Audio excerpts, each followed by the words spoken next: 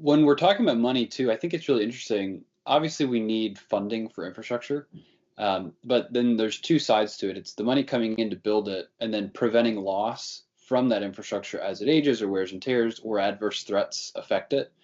And I just wonder, as we're thinking about money, how much is a funding need versus how much we could reduce expenses by leveraging existing technology or sensors or things like that, or just smarter practices to reduce damage on some of our infrastructure, including wear and tear.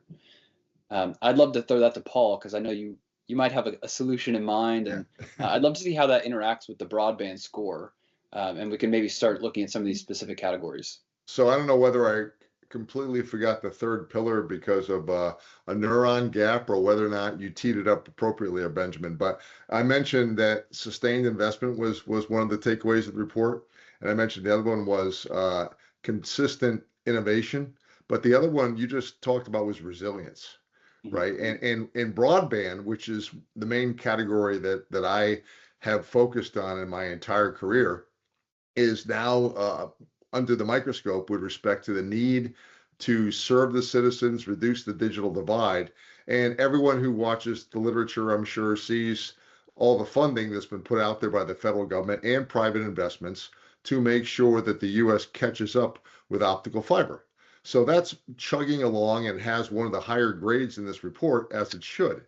But this report also pointed out the fact that we've ignored other parts of the infrastructure for almost 2 decades and just let them age. And as Dave pointed out, it's critical. It's the foundation of everything that we depend on and rely upon in the economy. So you asked the question, Benjamin, what can we do to increase the third thing, which is resilience, right? And I do think that comes from technology.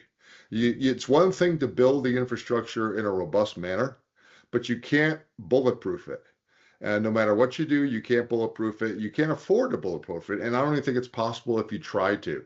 So by bringing innovation, such as innovation that we're implementing in broadband into the equation, you have the possibility of finding the synergy between broadband and optical fiber and enhancing the resilience of the rest of the infrastructure.